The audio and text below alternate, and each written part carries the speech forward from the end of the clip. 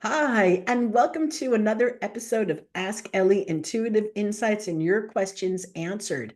Today, I am so honored to have with me Hakim Isler. And Hakim, welcome again, but first time to Ask Elly Intuitive Insights. Yes, Thank indeed. you. Yes. Thank you, thank you, thank you We've for known each other for a little while now, but we haven't really gotten to sit down and do like a Zoom or a podcast like this. So I'm glad, right. honored to be on your show and to be talking to you today. Oh, thank you, thank you, thank you. All right, we're going to jump right in. I'm going to read your bio. I want everyone to know who you are.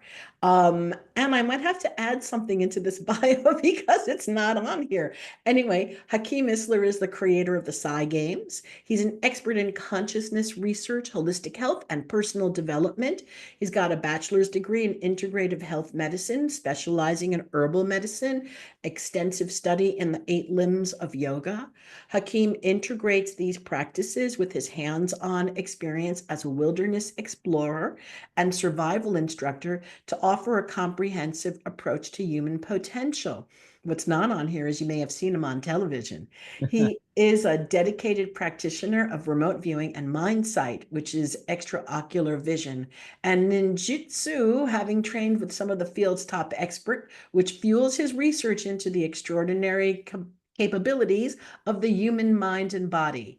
As an advisor, as an advisory board member of the Monroe Institute, celebrated for the Gateway Program, and a board member of the Central Lane Project focused on preserving Ingo Swann's controlled remote viewing, Hakim plays a role in advancing the study of human consciousness. And I'm going to tell you, you sure do. And what you're doing is a never done before. So I want everyone to know what you're doing and why.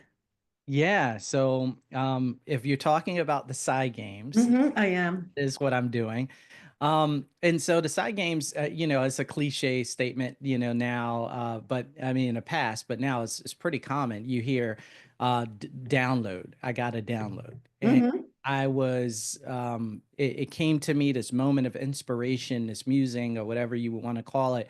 And I was like, oh, nobody has time for that. I got way too many things going on. As you read from my bio, I'm doing all Yeah. and I don't have time to try to put together an event, and especially something that's never been done before on this scale. And so I just kind of let it go. And as things happen in the universe, these synchronicities started happening where the answer or the term or idea of side games kept popping up. Hmm. So I'd be listening to something and a question would arise, and then I would start pondering that question. Maybe it'd be a podcast or something, and then I'd be like, oh, yeah, you know what could really help with that? The side games. And then I'd be like, oh, no, I don't have time for that. And then like, I'd be doing something else, and somebody would be like, well, how do we really know what the human potentials are? Do we just go out there and work in this group and that group because or do we get all the groups to come together? And I think, what would do that? The side games, And I was like, "Oh," and it just kept popping up. And finally, the final straw for me was there was a gentleman on who helped write the book Skinwalkers at the Pentagon. Hmm. He's a Hmm. defense intelligence agent, well, ex-defense intelligence agent, and he was charged with like looking into a lot of these anomalies, UAPs, NHIs, non-human intelligences, and then psychic abilities. And Jeremy Corbell and George Knapp run that podcast, and Jeremy was like, you're talking about all of the stuff that the government has encountered, these interdimensional beings, these, UAPs. He said, isn't this scary? And the guy says, and I've listened to this now, that this one phrase probably like, I don't know, 30 times, because I just listened to it over and over again. And he said, oh, no, no, no, I don't see any danger here at all. He said, a matter of fact, what I can say, because there's still things I can't say, that if we as human beings could tap into our full human potential, we'd have nothing to be afraid of. That's right. And I was like, wow, things can be pretty scary if we feel we're lacking. A matter of fact, quite a lot of, fear revolves around this idea that I can't do, I'm not enough, Mm-hmm. and what would it look like if we did have a place where we could all come together, all of the people working on these different beautiful things when it comes down to our multidimensional nature as human beings, as multidimensional beings. And we were able to talk and discuss and play and push each other and inspire each other to the next aspect of that. Not this group working on their stuff in isolation and then they write a paper that nobody ever reads except for like the small group that reads that paper. Mm-hmm. And Mm-hmm. this group working on their thing and this group. No, let's bring all of the groups together Yeah. under one roof in compassion, in love, in community, in collaboration and inspire one and see what we're all working on and inspire each other to the next level. Yeah. I Um, and that was it. That's when I decided at that moment that I would start pursuing building out the Psi Games. Wow. And what a huge undertaking. So I'm going to have the link at the end of this, at the end of this YouTube video, I'm going to have the link to the Psi Games and to your websites and all of that. Only I really do encourage listeners and viewers to go take a look at the Psi Games International.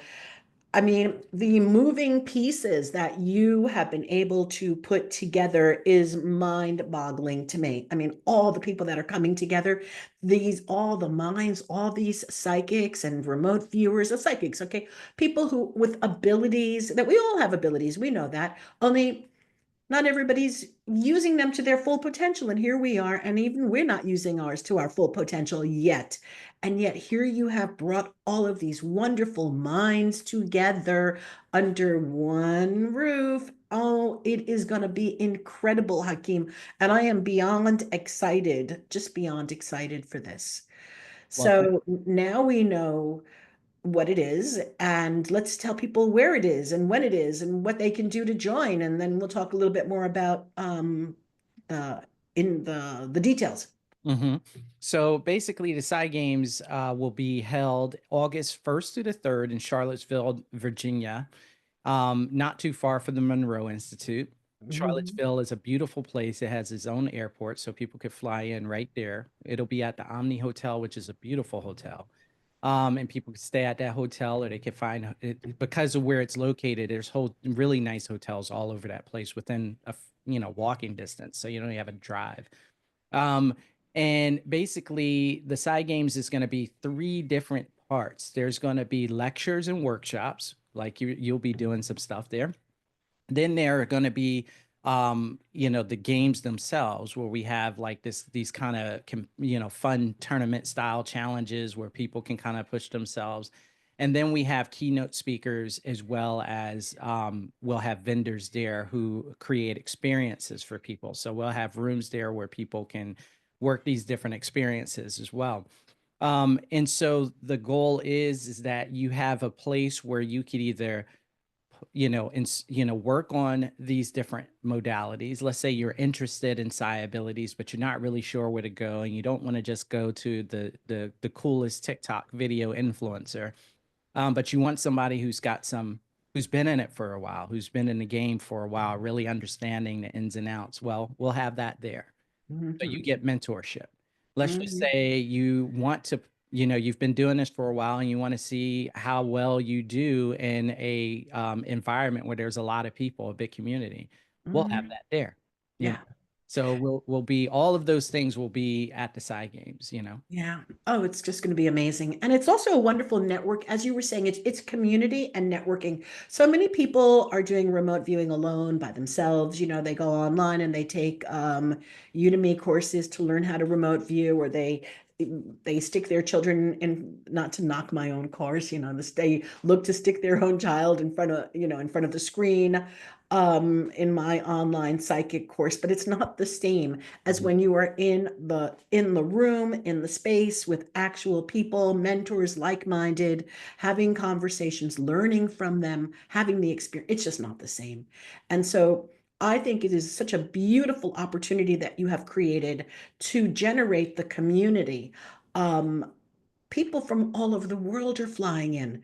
And let's talk a little bit about mind sight. Can we do that too? I mean, there's just like there's remote viewing, there's mind sight, there's psychic abilities, there's what kinesiology, not kinesiology, telekinesis, right? Oh my, it goes on and on and on. Can you talk a little bit about mind sight?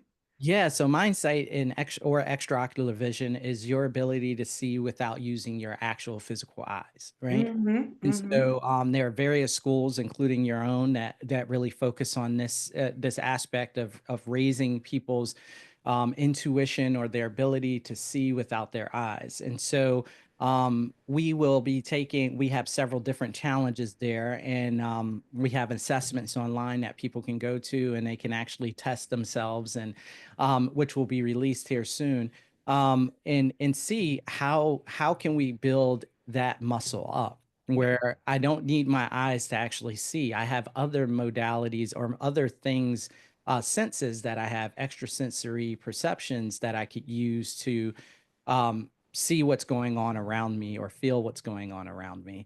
And so that's what mindsight is, and it's becoming pretty popular. mm-hmm. I know, I Yeah. know. Mm-hmm, So which is really, really cool because, we come up in an environment where seeing is believing, but really mm-hmm, believing is seeing, right? mm-hmm, So, mm-hmm, mm-hmm. and now we're shifting that paradigm where it's not no longer, and I mean, how much of, if you really look at science in the long run, over the, years and years and years that people have been doing science, it's really those who have believed before they saw who made Mm-hmm. the greatest changes, you know? Oh, Absolutely, I absolutely. feel like there are these waves in the air that we can capture and then be able to transmit information through them. Oh, you're crazy. I can't see that. You can't see that.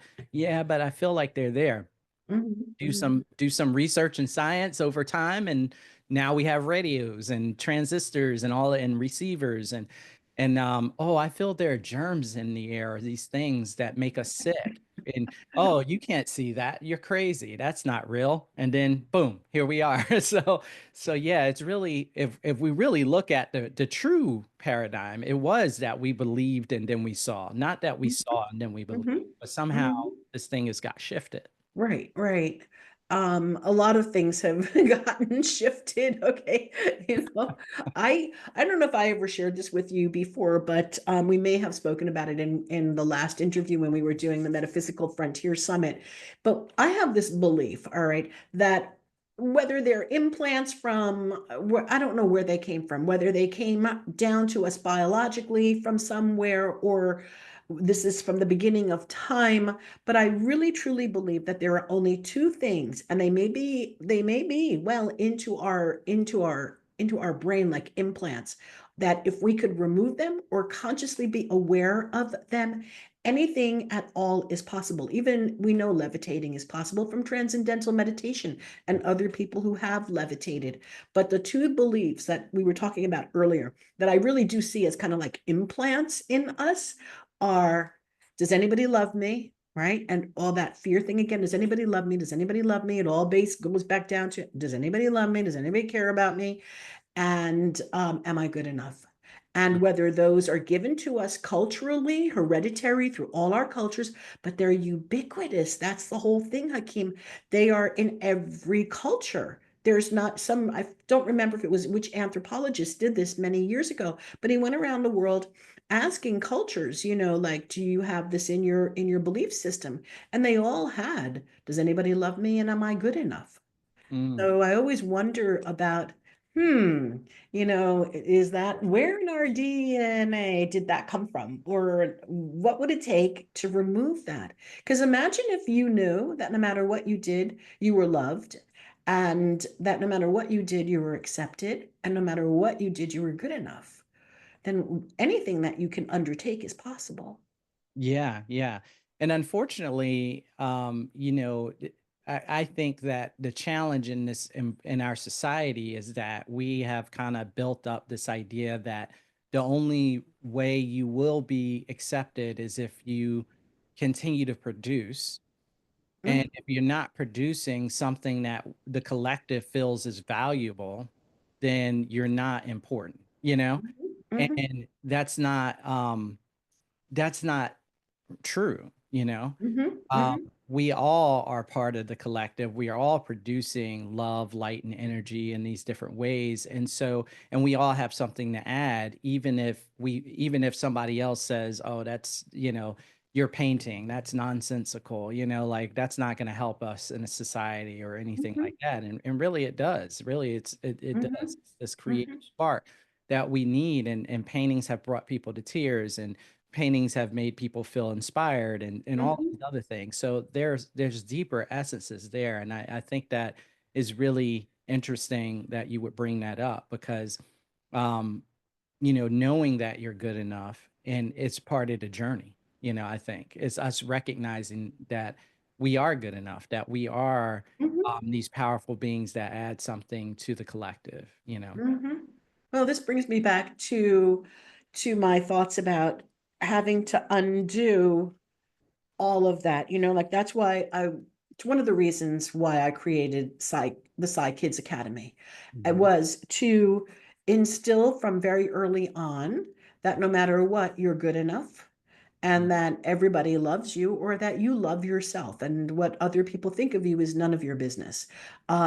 But then again, we do have all of this societal stuff. What is the worst thing that could happen to a human? You get ostracized, or you're what's it called? What's it called? I'm from a different generation. So you're blacked out. What is it on social media? What's it called? You're not wiped out. It's like I'm showing my age over here. Oh God. Okay, it'll come Uh, to me. I think I canceled. You're canceled. That's Yeah. right. Okay. It's like I had to consult my higher self there for a second. Yeah, I didn't come to me so quick. Right. Or maybe Oh, an so you're over. can yeah, you're canceled. All right. Cancel society. That ostracism worked back in the day, okay, but not we weren't canceled. So, Mhm. but then again, we didn't have social media. So when children learn that they're good enough, and that they're good enough, and that they are loved, and loving themselves is the vital thing, and that's the most important thing, then all of a sudden the resistance drops. Just like this is the same thing with adults. The resistance drops, the fear drops, the oh, can I do this? Can I do this? What will they think? What if I get it wrong? All that conversation, you teach that, right? Also, like, how does that conversation, what do we do with that conversation? That to me is the biggest hurdle in allowing ourselves to go into the space to see. Yeah, and I think it's just reiteration. I think a lot of, especially with youth, they come into this world that is like pure beings of potential. And they start to look at their surroundings, and they start to gain information, and and that information starts to help them develop. And so there's two folds to this. One is, do their parents and the people in their immediate surroundings believe that they're enough? Hmm. Because if they don't Hmm. believe that they're enough, that'll show. The children will pick up on it, and then start believing that they're not enough neither. Yeah, yeah. And then if the parents believe that they are enough, and that they have, this love and this light, are they sharing that with their children? Hmm. And making sure that their children know that. And that's one Hmm. of the other reasons for the side games too, is that I want to bring more children into the fold. Yeah. Because, and part of that is meeting children where they're at, which is the games portion of it. So adults, yeah, that's great, but there's so much out there with adults. You go to most of these classes that are based around enhancing psychic abilities, or getting people more connected with their deeper selves, and there are people in their 30s, 40s, 50s, or above. And what you hear in those different environments is people say constantly that when they were children, they had certain abilities and certain experiences, but because their immediate community, which is their family or their friends, and then moving out into the society, didn't support it, they shut it down. Hmm. And Hmm. then they have an experience in their late 30s, 40s, 50s, and then they say, "Oh, I used to do that." And then they get back Right. into it. But then you miss all of these years of Hmm. potential growth. And so the side games is trying to normalize this idea that we have these abilities, that we have these capabilities, give people a place to explore them, give them a community to feel accepted, and then hopefully bring forth this new generation where now that 10-year-old grows up to be a 25-year-old, has their own child, and now and they didn't skip a beat. They never let go of that skill. And so Yeah. this child comes into the world and starts having those, they have a family and a parent or parents that say, um, yeah, I had that too. And Hmm. actually, here's what I did to get it better, and let's have fun with this, let's Hmm. grow. Hmm. And then that Hmm. child grows up and becomes a parent, and then they're doing the same thing. And so we are changing that paradigm by finding more kids, getting them involved. And that's why I love what you're doing with the side kids. And I hope that the side games can be another place where these youth can find acceptance and growth and love and compassion and around this topic. So Well, I know, I know. I'm going to be putting it out there. I'm going to be putting it out there with this interview, with our conversation. I just want to share also, you have a child. If I hope that's not being too personal over here. So you have a child now, yeah. and you're going to do all this with your child, aren't you? Yeah, she's 3 months, not 3 years old. She's Although sometimes I feel like it's been 3 years, it's not. It's only been 3 months. Um, and yeah, I definitely, one of the things I was saying as she was, developing in her mother's womb was that I'm really excited to know what it's going to be like to have a child come into a world where I am instrumental in building or helping build things that are going to be exploring psychic abilities. And so the idea that she'll be at the side games and she'll be in resonance with all of these different individuals that have been working on this and have Hmm. these abilities. And then she'll continue to grow up in that environment year after year, to see how well she does and how much she grows. And it to be a fully actualized human being. So in my own personal life, it's very personal for me to see the young ones get this knowledge now, Hmm. especially at a time where technology is almost overshadowing a little bit of our own human technology. Yeah, And big, so we don't even have a good grasp on our human technology, and right. we're And already trying to like put chips in our brains, that's right. That's right. So, That's right. Yeah. I want to tell two stories about to go back to what you're saying. I think it's 2018. So my kids were raised with this. I used to do psychic readings from my home, and my youngest son actually went to a school where I was teaching back in 2009 and 10, where we did psychic work, remote viewing, blindfolded archery. We didn't read, we were just doing archery. And so we would taught neuroscience, all of these things, right? So, oh, and even telekinesis, we practiced telekinesis. So now he grew up with all of that. That was very normal for him. But my other kids didn't grow up with that. They grew up with me being just a psychic around the house with all of this stuff and clients. And so in 2018, I was doing a workshop in Manhattan, and my son came to help me. My middle son came to help me do some of carry my stuff, right? He was like, help me. So he came, and then he was also in the front row of doing the remote views. Now, he had never, believe it or not, even though he had just heard of all my stuff, he'd heard about the things that I was doing, but he had never participated in anything. And so we were doing what I call them remote views, but they're not really, I don't know if they're mind sight. I don't know.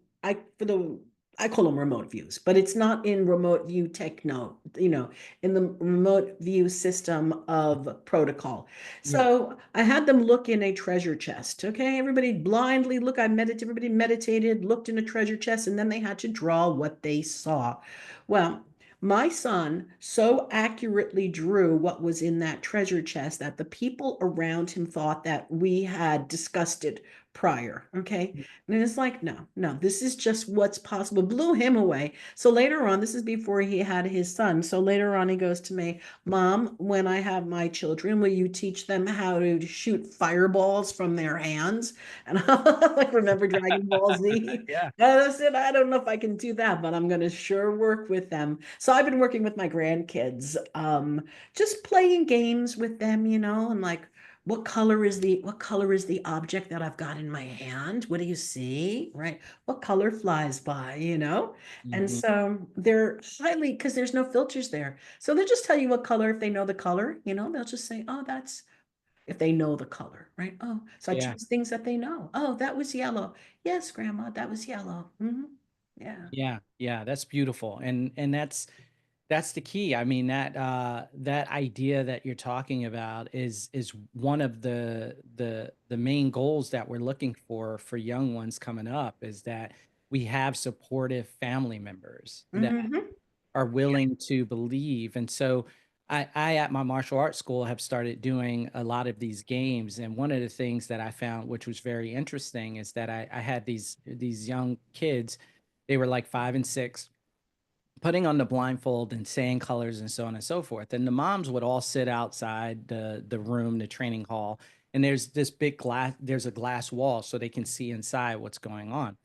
And one day I was like, let's get the parents in here. So Hmm. I told the kids, I said, hey guys, do you want to see your parents do this? And they were like, yeah. I was like, go ask them if they'll come in here. So the kids pulled their parents in.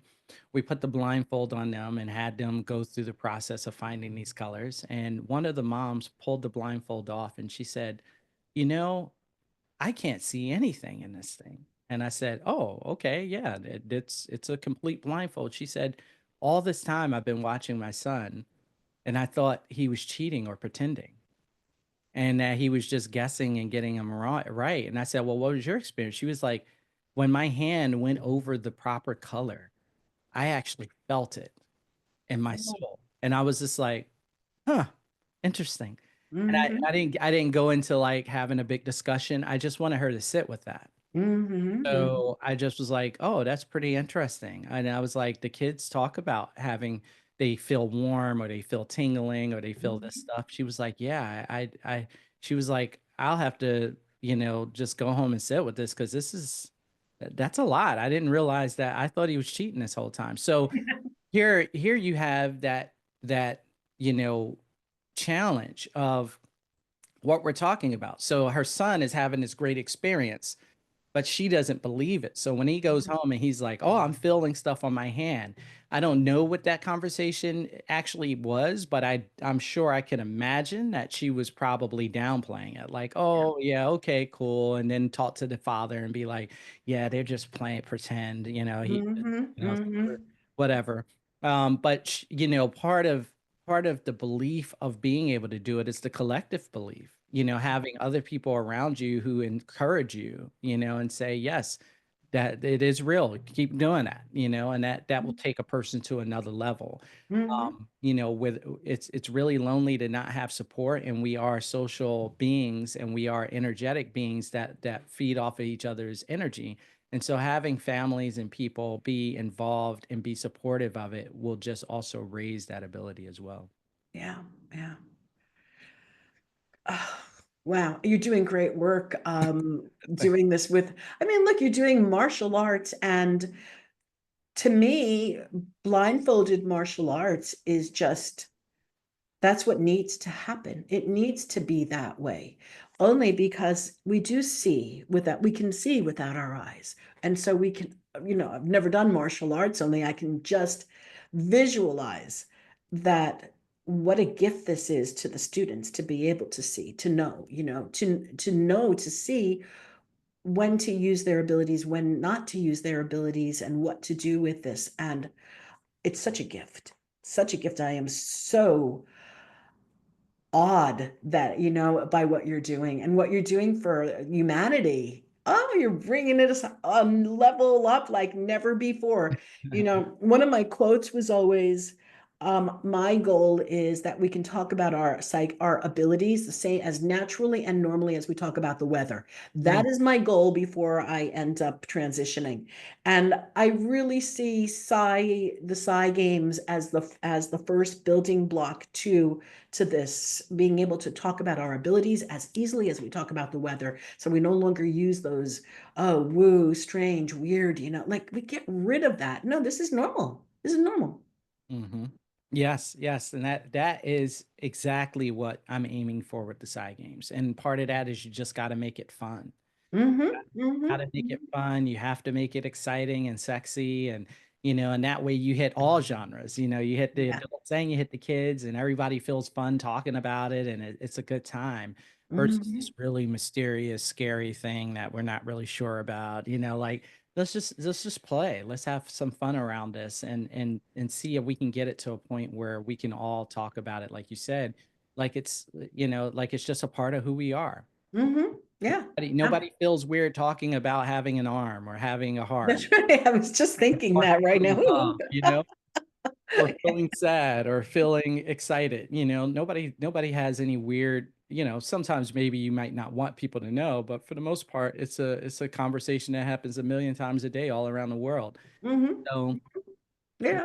why not have this same thing? And there's also too, and I'm sure you've come across this, where people feel like you're somehow tainting these gifts if you put like this game or fun environment around them, like, oh, it's competitive and that's negative and da da da da da. And it's just like, no, we can have care and love and inspiration about around competition as well, to push each other and to inspire each other. It doesn't have to be like I'm great and you suck. It could be Of like, course not. man, Yeah. how'd you do that? That really was cool. I didn't realize that was possible. I thought I was doing really well, but you did really awesome. Can you share that with me? And now Hmm. you start this conversation where people are collaborating and they're having fun. And it's been done in other arenas. I watched a whole show on Netflix about the Rubik's Cube competitions, and one of the people that they singled out that they were talking about was this young boy who had autism, or who has autism, and his parents were like, he didn't want to go out of the house. He had no friends. He was afraid of everything. He just stayed in his room. And we were really scared about what was going to happen to him as he continued to grow, because he isolated and he wouldn't do anything. And one day he stumbles across on the internet a Rubik's Cube. So he asked them, can he get one? And they buy him one. He starts playing with it. He gets really good. He starts watching YouTube videos and he hears about this competition. And so he asked his parents, hey, I want to go to this thing. So they were astonished, like, whoa, you want to go to a competition? Like, yes, I would, like, we'll buy your ticket yesterday, like something that you can get out of the house and actually go and enjoy yourself with some other people.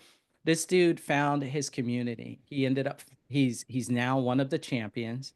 Him and the other people who have been that this group that they formed together, of like minds, get on the internet and they push each other. How Hmm. fast can we do it today? So he'll get on there with like several other people that he met at these competitions, and they push each other. And so now he has a tribe, he has a community. He doesn't feel weird. He's not left out. He's growing into this very sociable, amazing young man. And all that happened through competition. It happened through a compassionate, loving, inspirational competition. And and that's where we need to go, instead of people being afraid and saying, oh, people are going to use it for the wrong reasons, and people are going to do that, and people are going to do this. And I've been saying this on a lot of different podcasts, is if you feel that there's a potential for negative energy in a space like this, and you feel that you are an individual of love and compassion, then we need you to come.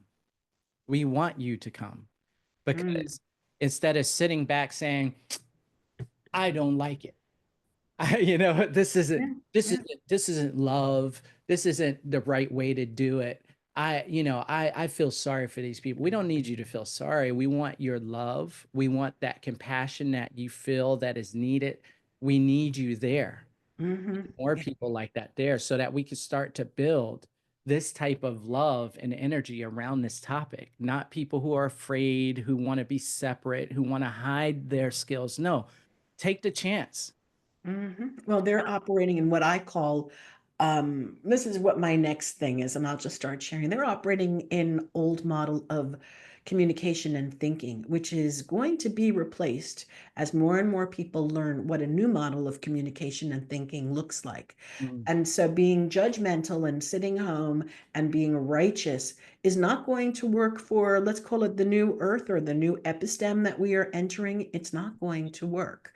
mhm, And so collaboration will work and openness will work and sharing and giving up the judgments, really consciously giving up the judgments, recognizing I'm here I go getting on my soapbox, but recognizing that, hey, you know what, we're all judgmental. This is how we've been raised. Okay, so give it a second, let it go through your body, have that judgment, and then move on, get past that judgment, give it up. All right, so what? So your hair is this way or that way. Oh, look at her hair. Okay, so what? Okay, maybe the words are more important than my hair. Does that, and we all do this, we even judge ourselves all the time. So I think what's happening at the Psi Games is going to be so incredible that I can't wait to go. And I want as many people watching this as possible to come join us. Yes, yes, yes, yes. I'm 100% with you. I'm so glad you're saying this. And yes, it's so needed. It's so true. And we need to shift that old model of thinking and start, you know, let me say this. I don't want to harp too much on this, but let's imagine, depending on where people's mindset states are, I'll make it very open. Let's imagine there are these lesser vibratory forces out there that don't want to see us succeed or grow. They will often band together, or it, or whatever we could with Mm-hmm, this mm-hmm, vibratory force, mm-hmm, to keep us positive, higher vibratory people separate and caught in judgment and things of that nature. And the more we're just like, oh, well, I'm going to isolate or do this with my group, and they can do what they're doing. That's where they want us. mm-hmm, It's when we can get past that and say, see true love and potential for what it is, and see, so you may not 100% agree with it, but you being righteous in your corner and not coming together to the collective to add some of that positive light energy is not going to help us grow. The mm-hmm, way we grow is that we unite, we have conversation, we might even debate a little bit, which is okay, and we see where our common ground is, and then we see how we can grow from there. And that's really what we need more of. We actually just got an email where a lady was like, let me get this straight. You're going to bring all of the psychics together so that the government can spotlight who's the best and then steal them away. And I was like, I don't think so. I don't know what to say to that. I was like, okay, well, what's your other option? You know, um, because the way they get stolen away is they're isolated by themselves. The Mhm, way we keep everybody rising together is we build a community of light and love around that person and the others, and it's we do it together. And so that is, it makes it a lot harder to steal a person away, than that. And that's, again, I don't even know if that's going to happen or whatever, but that sounds like more, again, fear-based thinking, which is oh, totally, if I'm a totally. lower vibratory being that wants to keep people from really recognizing their power, that's the type of thinking I want them in, because then they're not going to try to band together to grow and to be the true beings of light and love and community that they can be. Hmm, hmm, I totally agree. And getting back to that, this brings up other topics also, just little tangents on the side. When we're in judgment like that, sitting in the corner and being judgmental, the only person, aside from the fact that we're giving out, unhealthy vibratory frequencies, but they're only going to land in the unhealthy other vibratory frequency because like finds like. They're really hurt. People like that really hurt themselves. They create you. I don't have to, we don't have to, well, we can. They create all sorts of internal illnesses Mhm. that reflect in their body and their lifestyle and the choices that they make. So, um, this brings me to again, we're talking collective consciousness, higher vibrational frequencies, and the Spain scale. Remember, authenticity is now the highest frequency that can be. So if we're authentic and we are in love, look where we're vibrating and look at what we're bringing. And remember all the statistics about you need one person in a room that vibrates really high to elevate all of it, to elevate all the others around. Okay. Even if it's just by a few little nuances, but they elevate. And so bringing a lot of people together in that space is going to create something really amazing out into the world beyond the Omni Hotel. Yes. Yes. There's a group that'll be coming. I don't want to say their name just yet to make sure that, that they're making the decision now.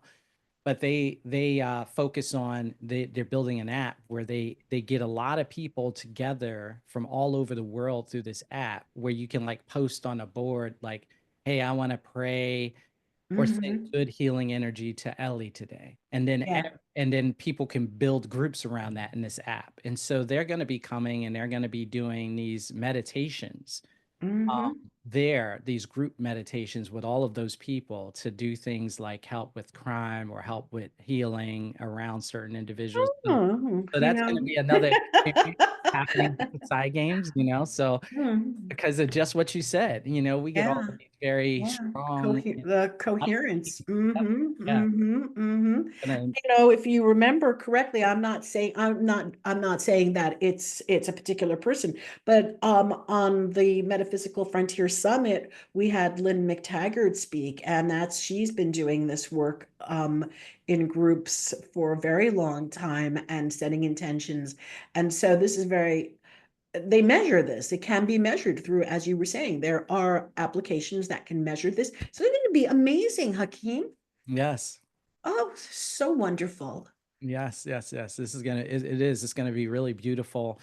And we're also in talks with a sound bowl company, singing bowl, and Yeah.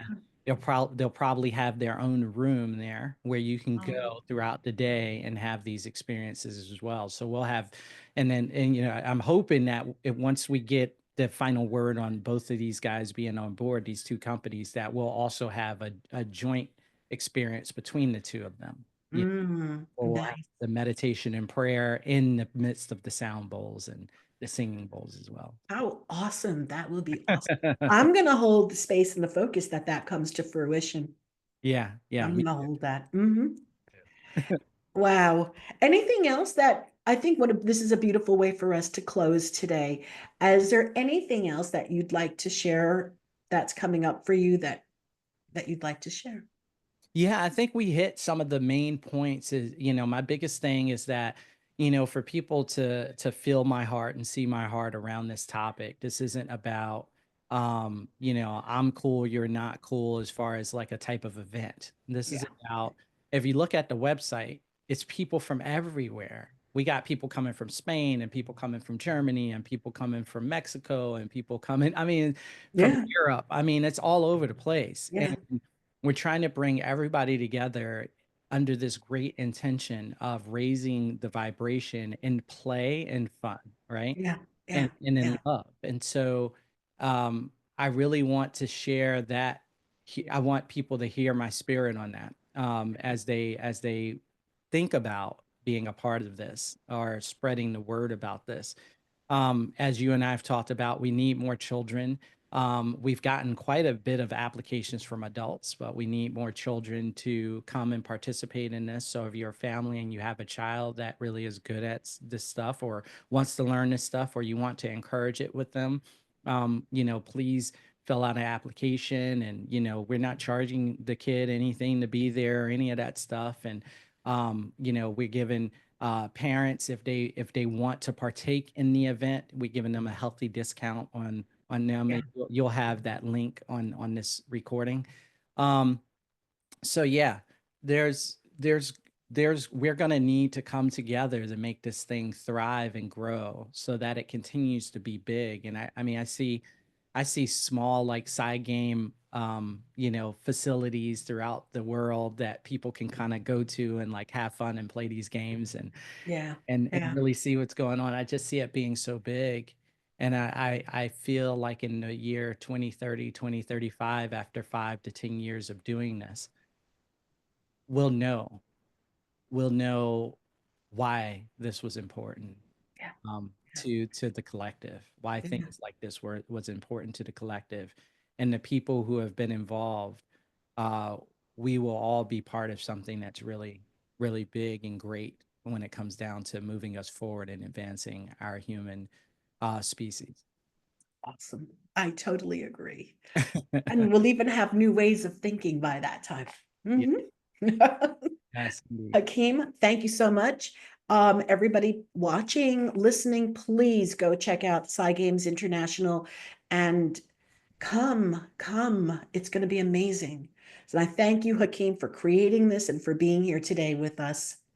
Thank you. I appreciate it. Okay, bye.